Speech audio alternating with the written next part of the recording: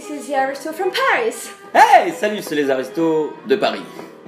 We are very happy to be on Wheel of Comedy. Ah, nous sommes tellement heureux de faire ce reportage avec Wheel of Comedy. Reportage. Reportage. Documentaire aussi. Documentaire, mon oui. petit. Alors on s'est rencontrés lors d'une soirée mondaine. C'était vers les Champs-Élysées, n'est-ce pas? On était tous les deux invités par un ami en commun. On ne se connaissait pas et on s'est retrouvés tous les deux au bar parce qu'on se sentait un petit peu exclus finalement de ce monde aristocratique, bourgeois. On s'est regardé, Bon, on a été attirés l'un vers l'autre comme deux fous qui se reconnaissent. tête de clown qui se reconnaissent. Voilà. Et on a eu tout de suite envie, on s'est dit, mais attends, c'est tellement inspirant ce monde-là, c'est tellement. Il y a quelque chose à faire. Et qu'est-ce qu'on a fait? On s'est vu dès le mois d'août et on a commencé à bosser. Pour répéter ensemble. Dans cette direction, en fait. Donc, finalement, on rentre dans des rôles complètement caricaturés de l'aristocratie et on chamboule tous les codes et c'est la déglingue.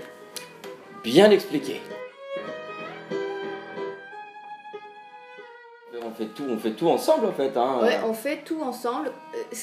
L'endroit qui est le plus plaisant, c'est quand on compose. Parce que quand on répète, on n'a pas tout à fait la même vision des choses. Ça, c'est marrant de le dire. On reprend des tubes de la chanson française, mais pas que. Et nous sommes en train de composer également nos prochaines chansons pour notre nouvelle EP de composition cette fois. Notre premier titre qui s'appelle Personne, écrit par Pierre-Yves Lebert, que nous avons rencontré au Studio Bleu, là où nous travaillons ensemble. Nous échangeons nos divers travails, disons, avec les autres artistes. Collaboration, c'est ça que je voulais dire. Et donc, du coup, notre premier clip qui va sortir entre le 1er et le 15 octobre s'appelle donc Personne.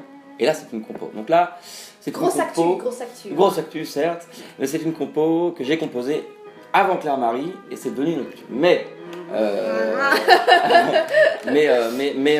dans le P, nous avons déjà commencé à composer des titres ensemble. Et là, ça donne une petite mixtape méga intéressante, dont un titre déjà qui fait parler de lui, qui s'appelle Les repas du dimanche. Oui, mais on va la rebaptiser Les masques. Les masques du dimanche. C'est plus fort. Oui, c'est vrai. On se disait, on n'était pas encore toujours d'accord. Alors, c'est toujours le cas, mais voilà. J'étais d'accord avec ça. Ah oui, on est toujours d'accord, mais il faut se mettre d'accord avant, c'est ça que je veux dire.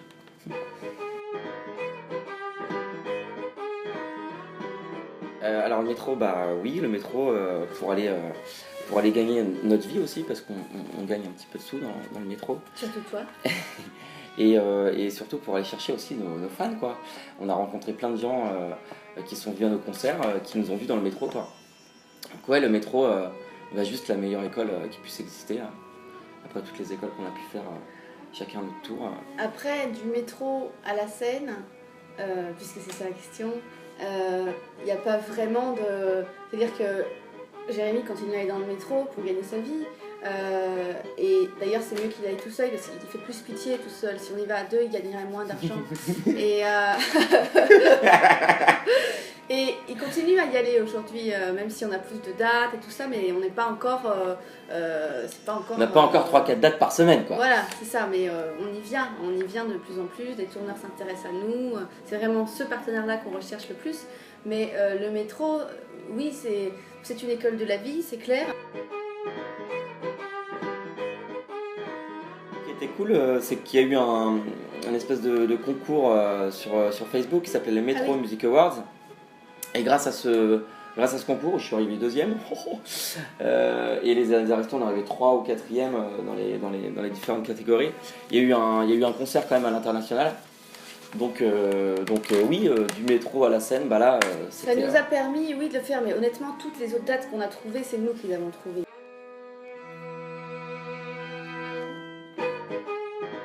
Mon mec est un aristo. Ouais.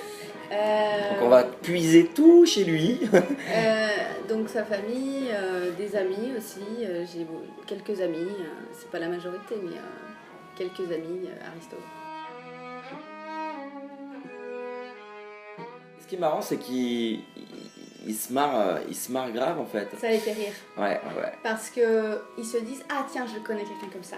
ils n'avoueront jamais qu'ils peuvent être comme ça. C'est ça qui est drôle. Mais c'est des gens qui ont généralement beaucoup d'autodérision aussi. Oui, c'est vrai, c'est vrai. Donc ils rigolent d'eux-mêmes. Ou des gens qui connaissent qui peuvent être vraiment comme ça. Après, nous, on pousse le truc. C'est vrai que quand on se retrouve dans un château, parce que ça nous est arrivé de chanter dans des châteaux, hein, peut-être 2 ou 3 fois, et de chanter les bourgeois de Brel, c'était un petit peu dur. Hein. Les bourgeois, c'est comme les cochons, puis ça devient vieux, puis ça devient... Si c'est des vrais aristos, parce que nous, c'est comme ça qu'on le chante. Les aristocrates, le problème, c'est que la plupart des gens font pas la différence entre les aristos et les bourgeois. Or, ils se détestent. Enfin, je veux dire, les aristos, tu peux pas les appeler les bourgeois, ils vont te péter un câble. C'est sur l'avenue Henri Barbus à Vigneux. Il y a une pompe qui s'appelle Pépé. Arrête, dis sérieux. De 8h à midi, je fais du cher du 98, du 84. Ah, ils vont le croire. Non, il n'y a pas de projet individuel. On a rassemblé nos deux projets perso pour en faire qu'un.